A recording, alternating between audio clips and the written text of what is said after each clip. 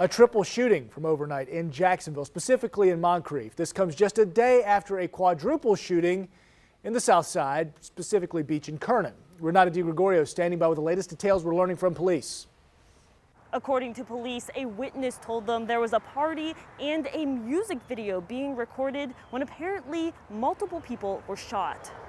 This was in the 1500 block of West 35th Street just after 11 p.m.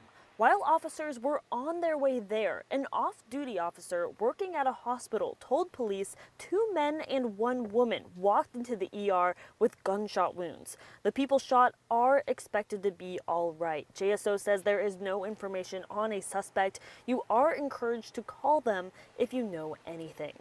On Wednesday night, 4 people were shot at the Valeris apartment complex at Beach and Kernan Boulevards, which by our records is the at least 359th shooting in Jacksonville this year.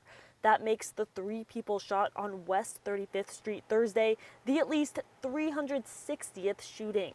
Just in September, our records show 15 deadly shootings, the 3rd highest number in 1 month, not including 2 other homicides. I'm going to continue giving the experts in prevention and intervention and enforcement the resources they need. This is Ben Frazier with the North Side Coalition.